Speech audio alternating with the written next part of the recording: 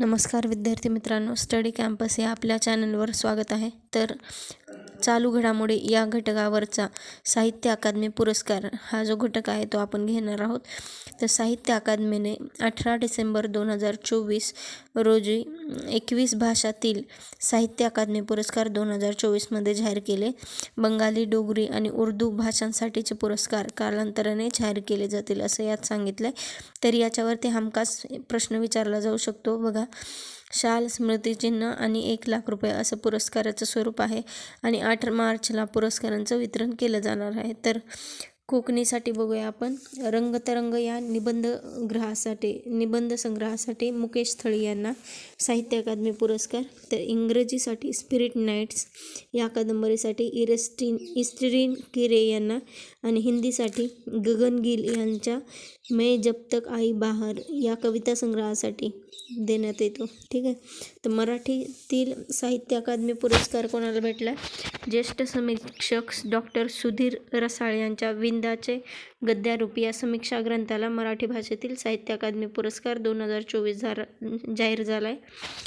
मराठी भाषेसाठी निवड समितीत हरिश्चंद्र थोरात, वसंताबाजी ढहाके आणि डॉक्टर विद्या देवधर यांचा समावेश होता. तर सुधीर रसाळ यांच्याविषयी थोडंसं जाणून घेऊयात आपण. हे स्वातंत्र्योत्तर मराठी साहित्य विश्वातील एक व्यासंगी व परखड समीक्षक म्हणून ओळखले जातात. साहित्यविषयक लेखन, समीक्षा लेखन आणि संपादनात त्यांचा हातखंडा आहे.